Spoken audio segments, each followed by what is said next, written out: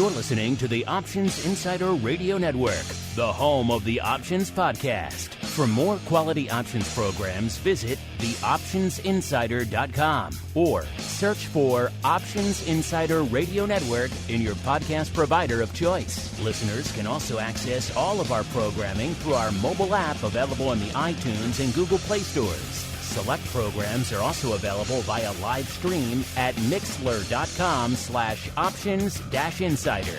That's mixlr.com/options-insider. Don't forget to follow along with your favorite programs and submit your own questions for the hosts at twitter.com/options, stocktwits.com/options, facebook.com/theoptionsinsider, or via questions at theoptionsinsider.com.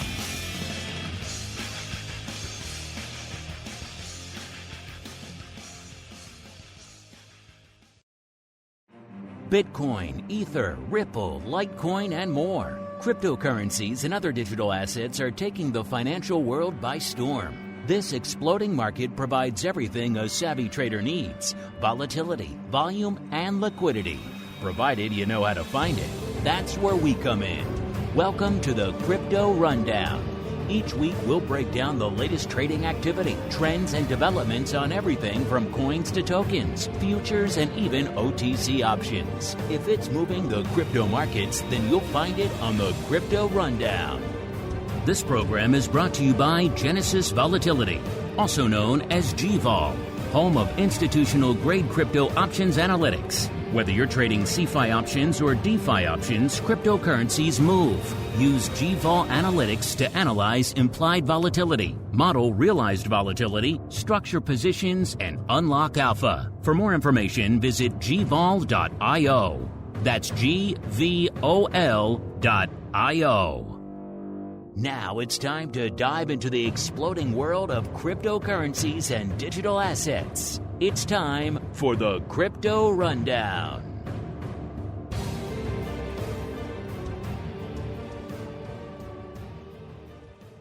All right, everybody. That music means we are back once again with the Crypto Rundown, the program here on the Options Insider Radio Network, where we explore beyond our traditional stomping grounds of, your VIX, your Apple, your SPY, your Tesla, all those fun traditional equity and index options. Look a little bit further afield. See what's going on in the world of Bitcoin and ETH and all those fun crypto products out there. Going to talk the volume, the skew, the volatility, the OI, and a whole bunch more. My name is Mark Longo from theoptionsinsider.com, as well as, of course, on the aforementioned network, reminding you we talk about a whole lot of things here on the network. Crypto Rundown, just one of the many shows, nearly a dozen shows coming at you here, usually a couple a day here on the network. If you want to get access to all of that, wherever you're getting the Crypto Rundown, of course, make sure you've upgraded to the full network feed, so you're getting all those shows coming at you every day. If you're still a little bit new to this options thing, we know a lot of you are, then, of course, head on over to our educational programs like Options Bootcamp, Options Playbook Radio.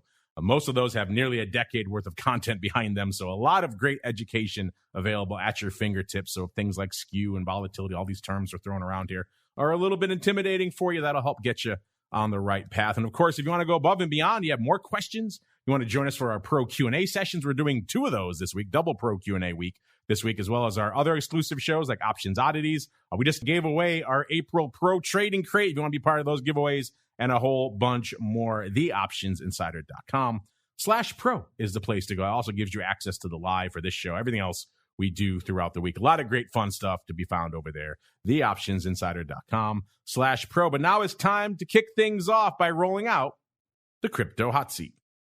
Forget about cold storage. It's time to turn up the heat on thought leaders from the world of cryptocurrencies and digital assets. It's time to take their place on the Crypto Hot Seat. All right, everybody, welcome to the Crypto Hot Seat, the portion of the show where we welcome on guests from throughout the world of crypto derivatives and indeed beyond.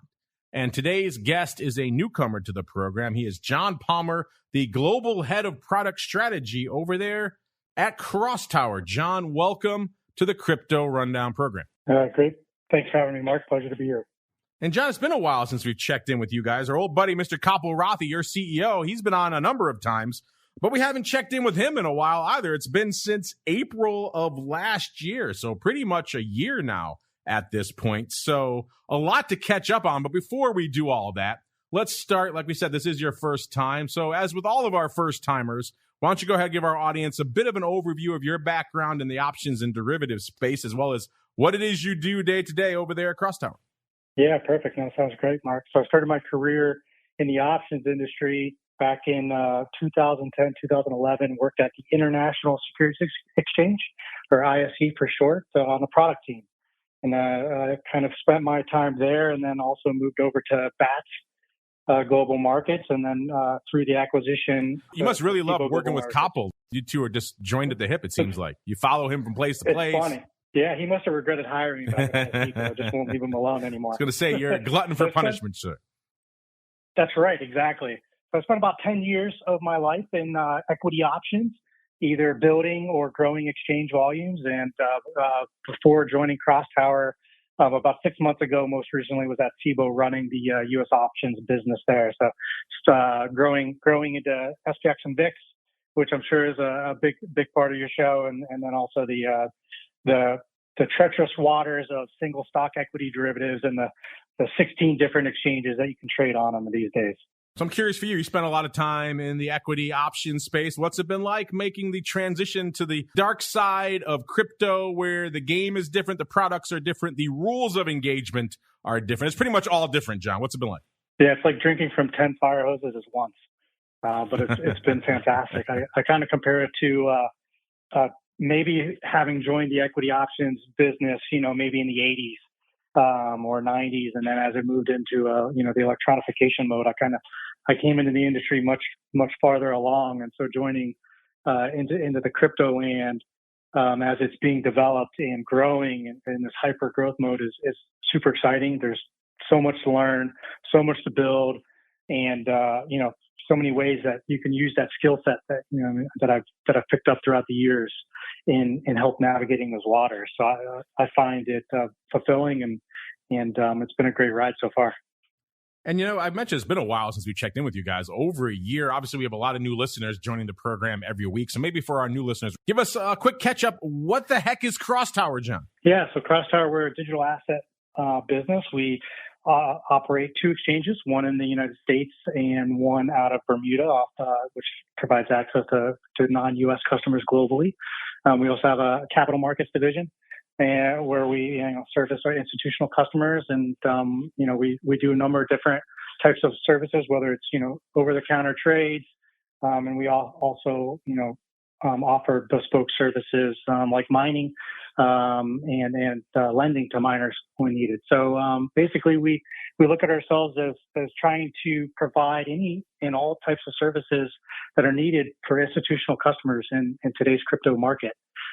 Given our vast expertise from you named Koppel and myself from the derivatives markets and many of our other senior executives on staff, we've put together a tremendous team to be able to service those institutional customers as they start to navigate the treacherous waters of the crypto market.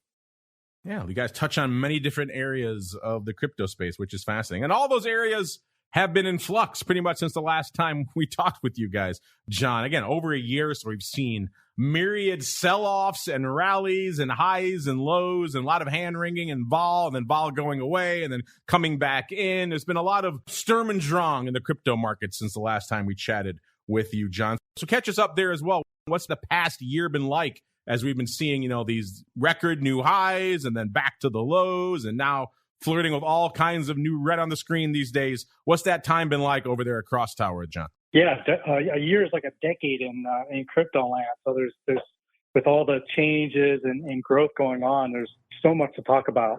But I think what great thing that we can focus on is amid all the volatility, as you expressed, is the growth of the participants. And as the days tick on, the adoption of crypto and the growth of crypto across the world, not only from a retail perspective, but from an institutional perspective, continues to grow. And I think that's a fantastic thing for the industry. And it's a fantastic place to be, to be a CrossTower, to be a part of that, and to develop products to service them.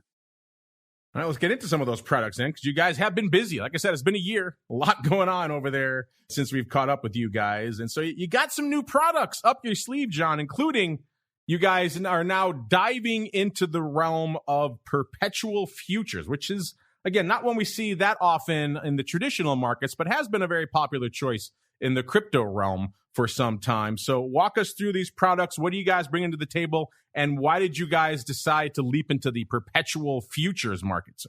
Yeah, it's fantastic. So I joined CrossTower 6 months ago, and the intent here was to focus on derivatives, given my background. And so the best place to start was perpetual futures. It's what's been widely adopted already in the crypto market, and there's strong demand for it. And perpetual futures, like you mentioned, it's very crypto centric. So, for those listening, if you're not aware of what a perpetual future is, it's, largely different than a classic future in the sense that it never expires. So think of it like a spot contract, but, it's a future, it's a derivative. It offers you leverage. And instead of settling at some set expiration time period, you actually swap payments with the other side of the trade. So if you're buying, you swap with the seller, and you swap what's called it's called funding, and you swap payments in periodic time increments as you hold the contract. So that kind of takes care of the settlement process. So I always compare it to it's like a spot contract, but with leverage, and it's a derivative product. So we have strong demand for that. So that was the first and easiest choice for us to dip our toes in the derivative market. And we've been live for 6 weeks from this point on, and we're seeing tremendous growth. Last 2 weeks, we've seen give or take 50% week over week growth in our trading volume. So it's just fantastic. And that kind of just proves to the demand and the appetite for a product like this in the market. And there are obviously all different types and sizes of futures out there. CME coming in with the 5-coin future, and then now going the micro size. A lot of people have the 1-to-1. What size future are we talking about here, John? Yeah, so for us, it's 1-to-1.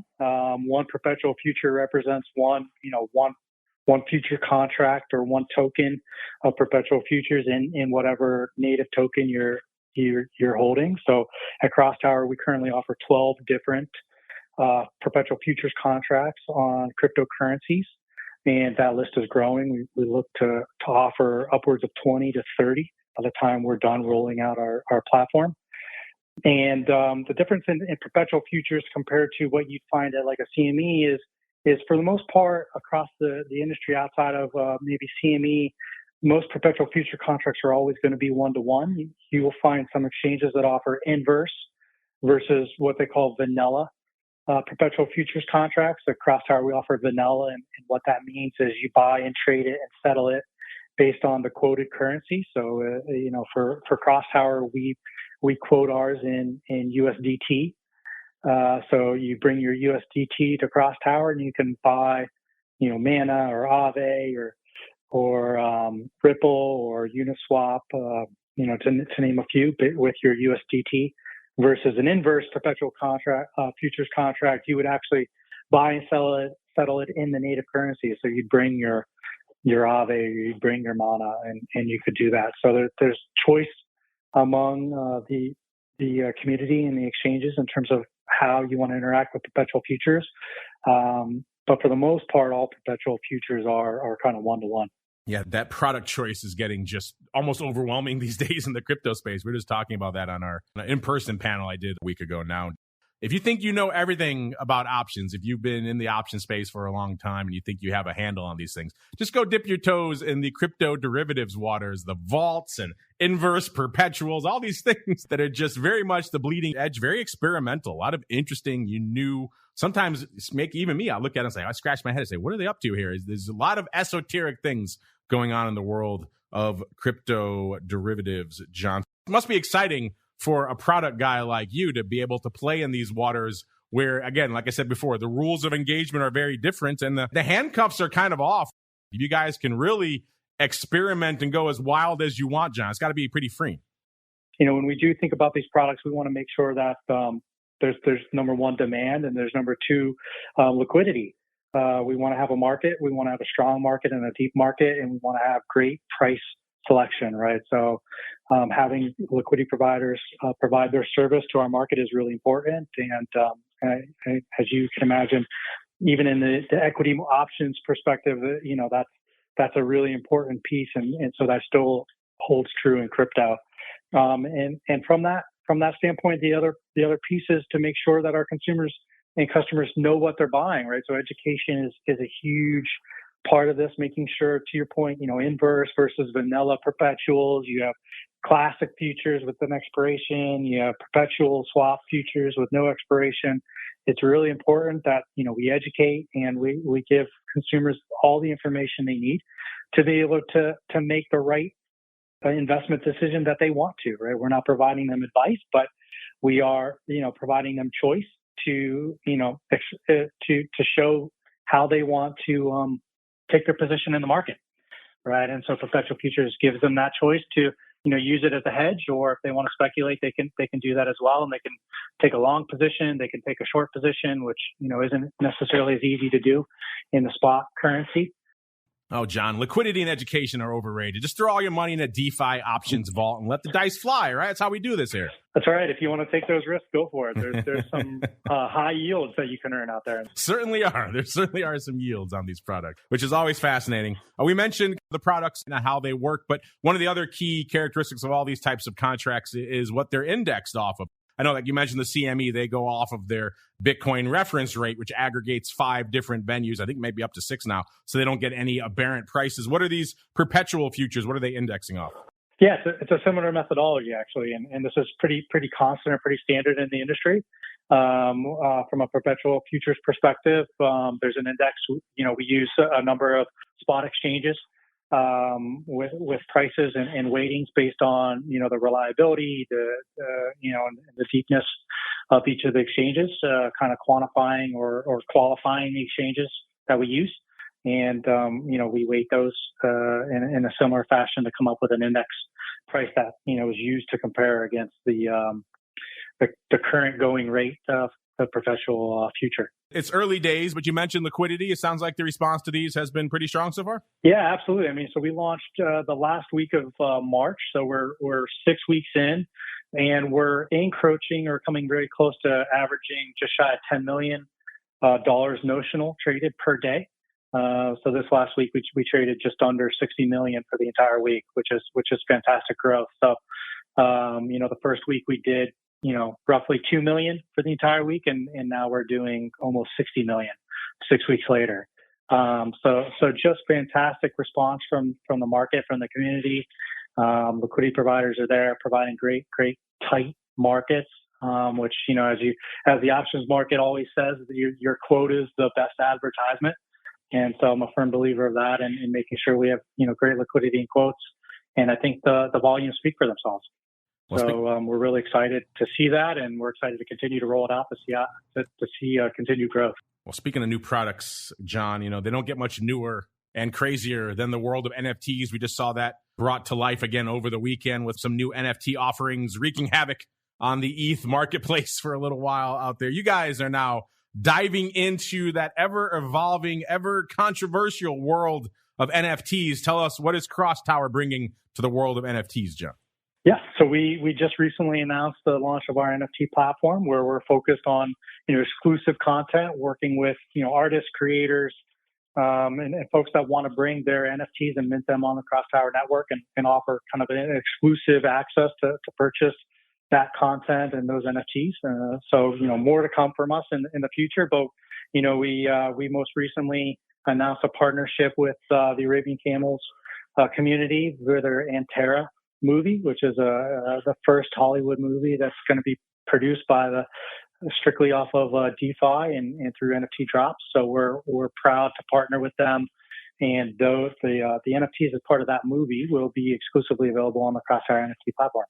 Arabian Camels, I love it. So much going on in the world of crypto. I'm still amazed we haven't talked to you guys in over a year. Glad to see you guys have been busy in that absence there. Coppel's been working you pretty hard over there, John. So I appreciate you taking the time to join us here in the crypto hot seat. But before we go, hopefully not for another year. Hopefully we get you guys back on sooner to catch up. But before we go, John, you mentioned the NFTs, you mentioned the Perpetuals. Anything else you guys have up your sleeves? Maybe you want to leave our audience with a bit of a hint, a bit of a tease of what's coming down the pike from you and the CrossTower team. Now is the time, sir. the floor is yours.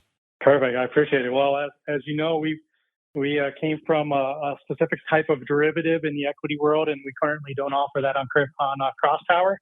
So you can expect more types of derivatives from us in the near future. It's very exciting, and hopefully I'll be back on to kind of talk about those in the very near term. Ooh, an options tease. I like it, sir.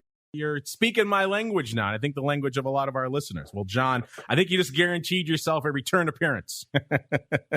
There we go. I like that. I'm looking forward to it. In the meantime, John, if our listeners want to check out what you guys are working on over there at CrossTower, where should they go? What should they do? Yeah, www.crosstower.com. And you can find anything from our Perpetual futures to the NFT platform, and you'll find access to us. And if not, they can email us, and we'll reach out and get in touch.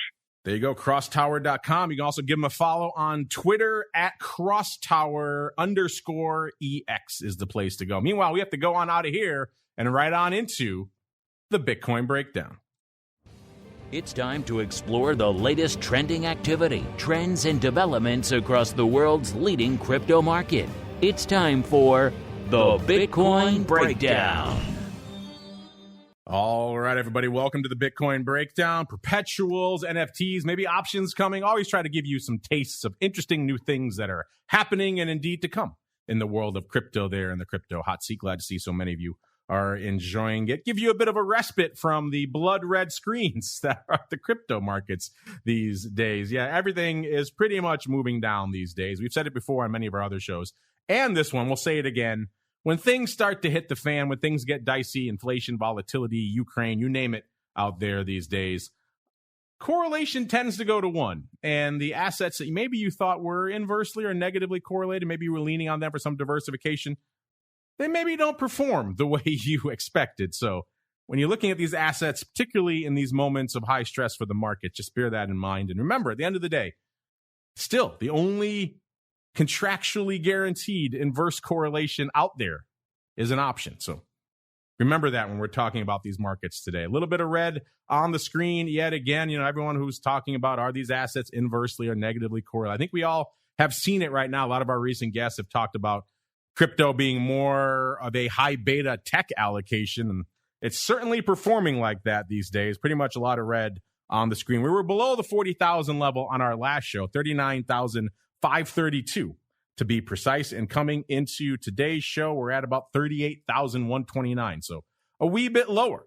Not quite as low as we were over the course of the past week, though. That low came over the weekend on Saturday. 37,653 was the low. I know for a lot of you who are still kind of dipping your toes in crypto, you're still not used to checking the crypto markets 24/7. There's really no respite. You know, if you're an equity options trader, you like that little bit of a respite you get. I know some of you want after hours trading for earnings season, and that certainly would be interesting, but turning the machines off at the end of the day is kind of a nice thing. And not having that, constantly having those alerts, you know, I'm getting them all the time as I'm doing something else, and I get an alert on my phone, ETH's down 5% or whatever the case may be. Yeah, it can be, if you're not prepared for it, it can be a little bit much. So mentally prepare yourself for that when you're diving into the world of crypto. Like we said, 37,653 was the low. Coming into today's show, 38,129. So rebounding a little bit off those lows, but still pretty far distance from the 40K level out there, listeners. And the high for the week, we got to it pretty much after our last show.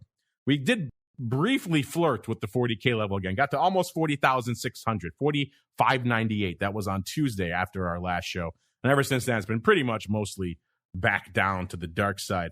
Vol this week, now you might be thinking, if you're coming from an equity option mindset, downside translates into volatility.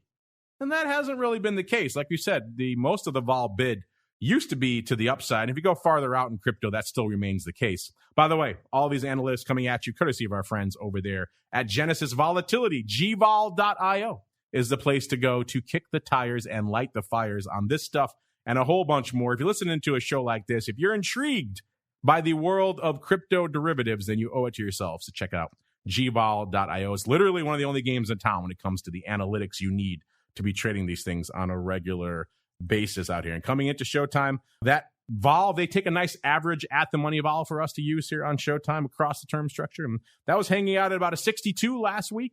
It's about a 60 today. So it's down 2 points, actually. And we got as low as 54 between shows. Remember, kind of throw away all of your previous conceptions of volatility coming into the world of crypto. And all it matters is what's being priced in, what the skew looks like. If you're used to equities, sell-offs usually translate to higher levels of vol, rallies to lower levels. We don't see that as much in crypto. Crypto is more like a commodity where the skew can move all over, and that's going to lead to different bids and offers for volatility in different directions at different times. So your preconceived notions of downside equates to vol, not always the case. Now, if we see protracted, extended, aggressive downside in crypto, then yeah, that's going to translate into a little bit more juice. You're going to see that put wings start to get a little bit more lively, a little bit more frothy. You're going to see vol start to creep up. But we haven't seen that. As we mentioned, we have rebounded off the lows right now. So still kind of hanging out in some interesting levels, and the vol reflecting that. BitVol, which is Simon Ho, our buddy over there, the creator of Spikes, which you talk about a lot in our Volatility Views program, also the creator of BitVol, which is kind of the Bitcoin VIX, for lack of a better word. That was at about a 62 last week, has ticked up a little bit, 63.5. Again, not a huge evolution in the vol over the course of the past week. The skew, same deal. It was negative 6.1, so pretty markedly negative on our last show. It actually has come in a little bit, negative 5.1, which makes sense. We've sold off to the lows and have bounced off those a little bit now, so maybe some of that more dire downside has mitigated somewhat as we've rebounded. If we start testing those lows and maybe break through 37,500 again, we might see something that skew will probably change. But for now, hanging out a little bit less negative than it was this time last week, exactly a point. And Simon's Bit Skew, again, he also measures the skew out there, reflecting something similar. It was a 99 on our last show, 98 this week. So again, not a huge evolution on the vol or the skew front, more of a modest change out there. Of course, when you come to OI, we saw a bigger change. Remember, April has rolled off the board since our last show. It took over 47,000 contracts with it. That was the OI in April on our last show. So obviously more probably opened before the end of the week. All of that gone now, listeners. So that means our number is going to be a little bit lower this time compared to last week. So the calls open on Deribit, 107,000 contracts open right now. That's down 17,000 contracts from this time last week. The puts are 53,250. So that's down about 9,250 from what it was this time last week. So again, a lot of OI coming off the board, and Deribit probably going to see something similar when we get to ETH in a little bit. Looking at where you folks are lining up from an expiration perspective right now, on Deribit, the big dog is June, 54,700 contracts. It's up not even 1,000, about 700 contracts from this time last week. And then May sliding in there at number 2 with 33,000 contracts even. That's up about 4,200 contracts from this time last week. And then September sneaking back into the top 3 again now that April is gone with about 25,500 contracts. Looking at where you folks are lining up, what are the size positions right now in Bitcoin options? Let's start at the bottom and work our way up. Number 5, the 30,000 strike. That has 9,200 contracts open. That's down nearly 2,000 from this time last week. Number 4, the 80,000 strike. So we're kind of jumping all over the place. 50,000 point differential here from 30,000 up to the 80,000 strike for number 4. That has 9,400 contracts open. That's back in the top 5 after a bit of a hiatus. Number 3, the 70,000 strikes are coming back down a little bit. That has 9,500 contracts. They're pretty neck and neck for all the bottom 4 of our top 5 here. 9,500 for number 3. That's down 500 for the 70,000 strike. Number 2, back down some more to the 40,000 strike with 9,600. That's also back in the top 5 after a bit of a hiatus. So number 2 is 9,600. Number 3 is 9,500. Number 4 is 9,400. And number 5 is 9,200. So what is the top spot? What is the big dog in Bitcoin options this week? It is the 60,000 strike. So back pretty much near our previous all-time highs that we hit in the 60,000 range, 60K strike. So bit of a ways to go to get there. That has 13,000 contracts open. That's down 2,000. Again, when you have a lot of contracts rolling off the board like we saw after our last show last week, it's going to mess with the OI a little bit, and that's being reflected here. But still, interesting stuff in the world of OI. In terms of action, it was a decent week, not the most active week. Our busiest day was actually our last show day, April 25th. So 19,000 contracts, nothing coming close to that the rest of the week, which is interesting because we did see some sell-offs there. And when we get to the CME contracts in a little bit, we did see some flurries of activity there later in the week. In fact, let's just get there now. Let's go out to CME now. And on the Bitcoin options, we saw a whopping nearly 461 going up on Friday. Now, you might say big whoop, 461. But again, this is a contract that can do 10, 20 in a day sometimes. So to see 461, remember, this is a 5X contract. That's pretty sizable. And nearly 500, I'll have to go check and see, but that might be the record for the most volume we've seen in those Bitcoin options. I mean, look at the OI is up 600 now as a result of 2224. So someone awakened for some size over the past week in those big CME Bitcoin options, which is interesting. We don't usually see that. And we didn't see commensurate action in the big futures, which is equally strange. We only saw 6,200 going up on our last trading day, which was Friday, obviously. We've seen these futures do easily over 30,000 contracts. So 6,000 is kind of nothing. That's kind of the bare minimum.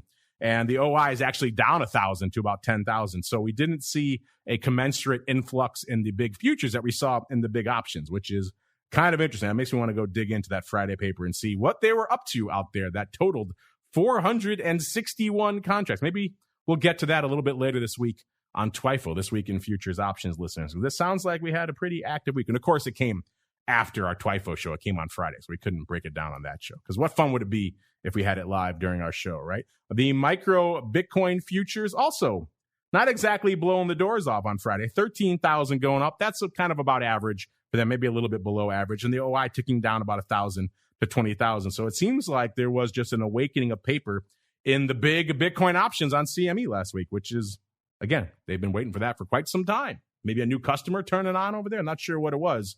We'll have to dig a little more as we keep on rolling. It is time to explore the altcoin universe. It's time to move beyond Bitcoin and find out what's moving the rest of the crypto marketplace. It's time to boldly venture into the altcoin universe.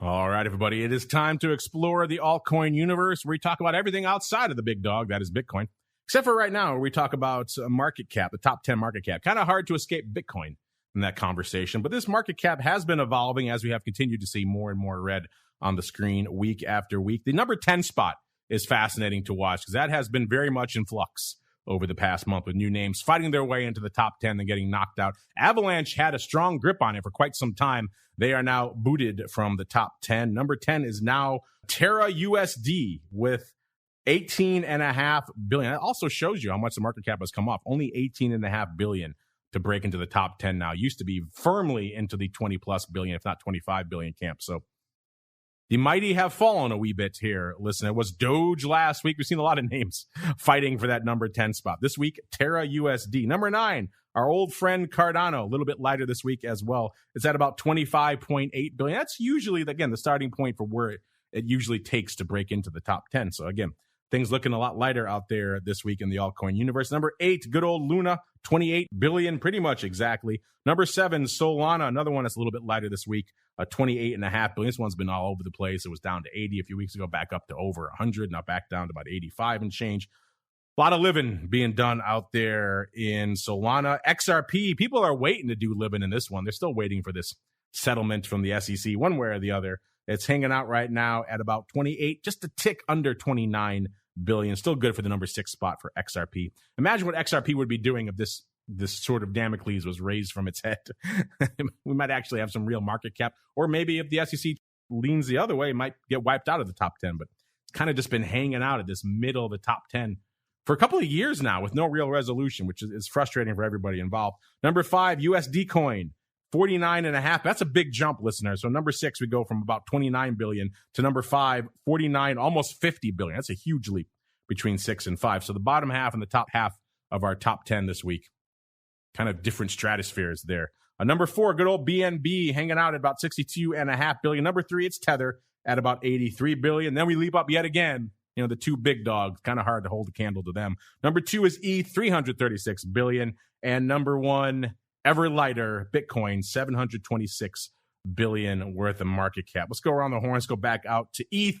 Number 2 on the market cap listing. Number 1 in a lot of your hearts, I know, out there. Looking a little bit lighter this week as well. Had some turmoil over the weekend, of course, as we saw this fallout from the apes hitting their NFT listings over the course of the past week. Seems like it has recovered a little bit of that because the low over the weekend was 27.27. Again, a lot of that coming on Saturday in the midst of all this kind of NFT brouhaha. It has recovered some of that now, 27.94 when we kicked off the show. On our last show last week, we were at 29.36, so we are still down almost 150 handles, about 141.5 from where we were this time last week. So ETH still looking lighter, as pretty much everything in the crypto space is this week. Vol-wise, similar story to what we saw out there in Bitcoin. We were at 65 on our last show, ticking up ever so slightly to a 66 right now. Skew-wise, a bit of a departure from Bitcoin. Bitcoin had actually retreated about a point. We're seeing 1 point or so more negative this week on ETH. We were -5 last week, -6.2 this week. OI, same story in terms of April rolling off the board, taking a lot of paper with it. In the case of ETH, it took over 400,000 contracts with it. So we're seeing, I should say, a lot lighter OI this week as a result. The calls on Deribit about 1.15 million open. That's down about 50,000 from this time last week. And the puts 615,000 contracts open. That's down about 45,000. So we're still hanging out at that roughly 2-to-1 calls over puts ratio that we've been hanging out at, seems like forever now out here in ETH land, and a similar ratio in Bitcoin as well. In terms of the most active days, it was our last show day, like we saw with Bitcoin, 246,000 contracts going up on Deribit. It may sound like a lot, but we've seen more than that going up not too long ago. We saw back in January 400,000 contract days. So a far cry from what we saw just a few months ago out here.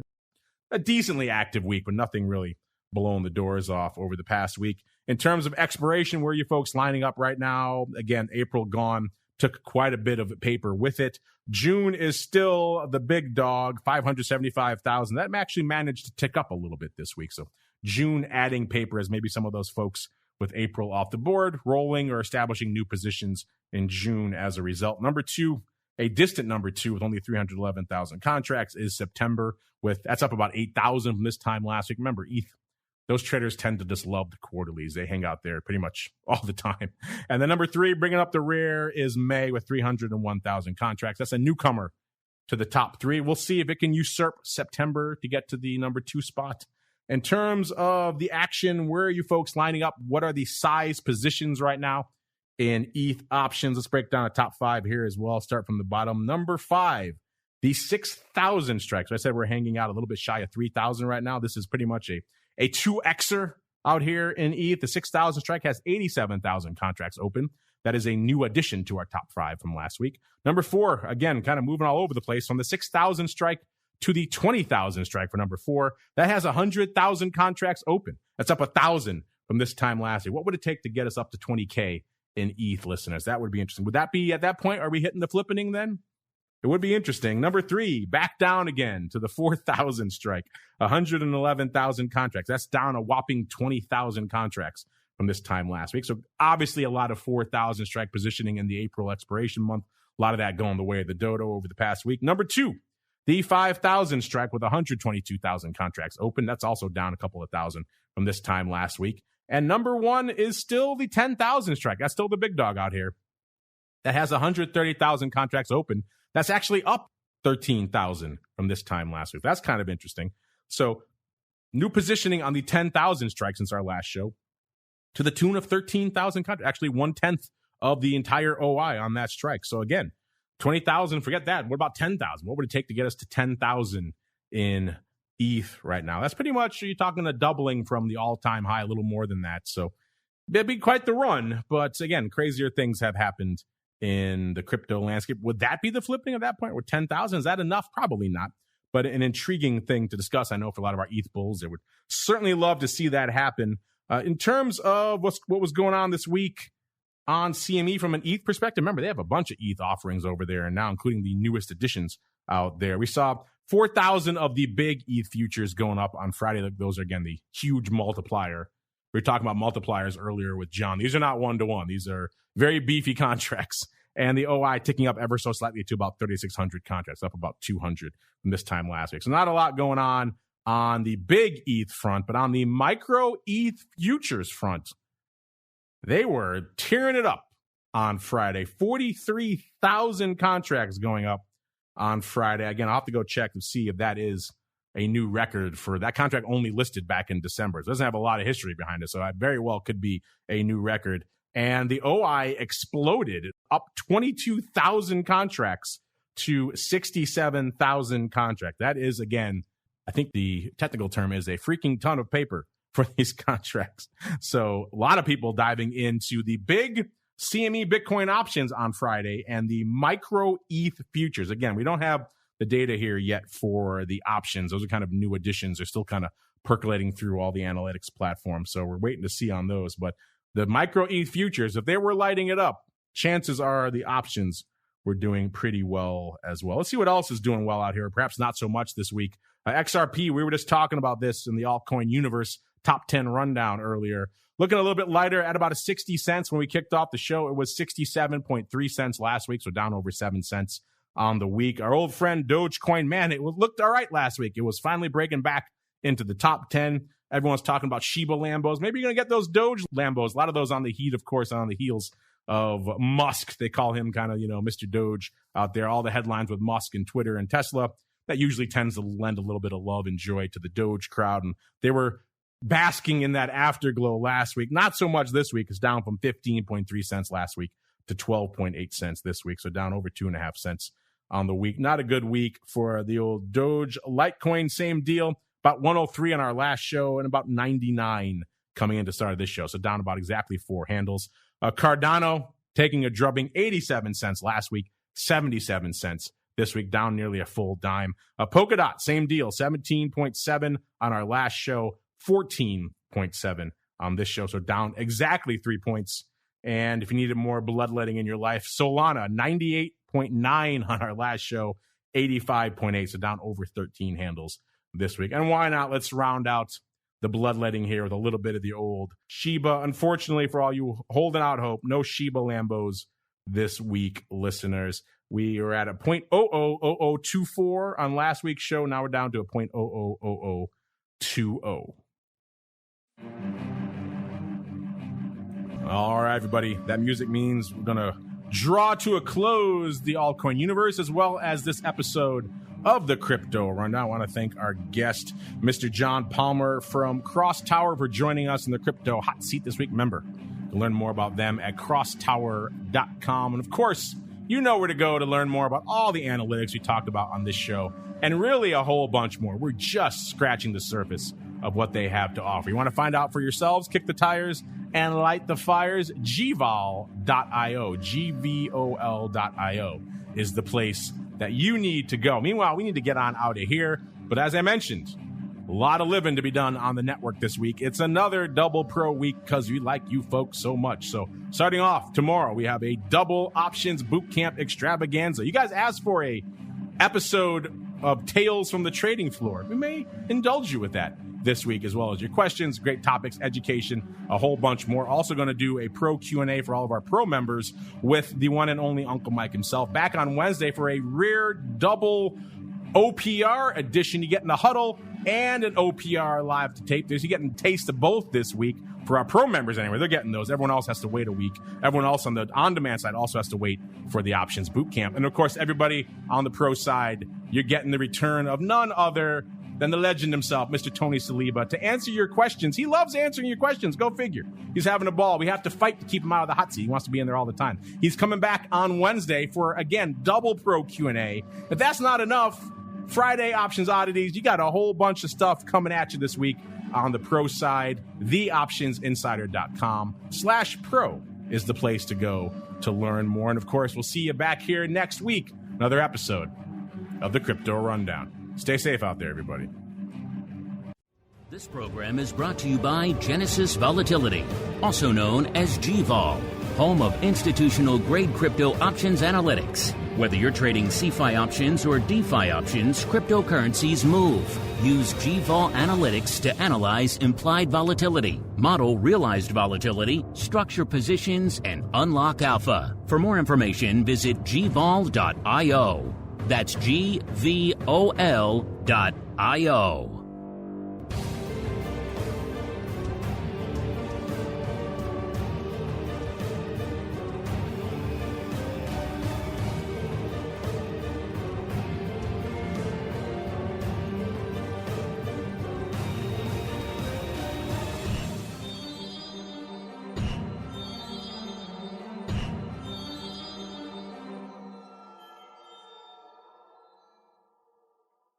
You're listening to the Options Insider Radio Network, the home of the Options Podcast. For more quality options programs, visit theoptionsinsider.com or search for Options Insider Radio Network in your podcast provider of choice. Listeners can also access all of our programming through our mobile app available in the iTunes and Google Play stores. Select programs are also available via live stream at mixlr.com/options-insider. That's mixlr.com/options-insider. Don't forget to follow along with your favorite programs and submit your own questions for the hosts at twitter.com/options, stocktwits.com/options, facebook.com/theoptionsinsider, or via questions at theoptionsinsider.com.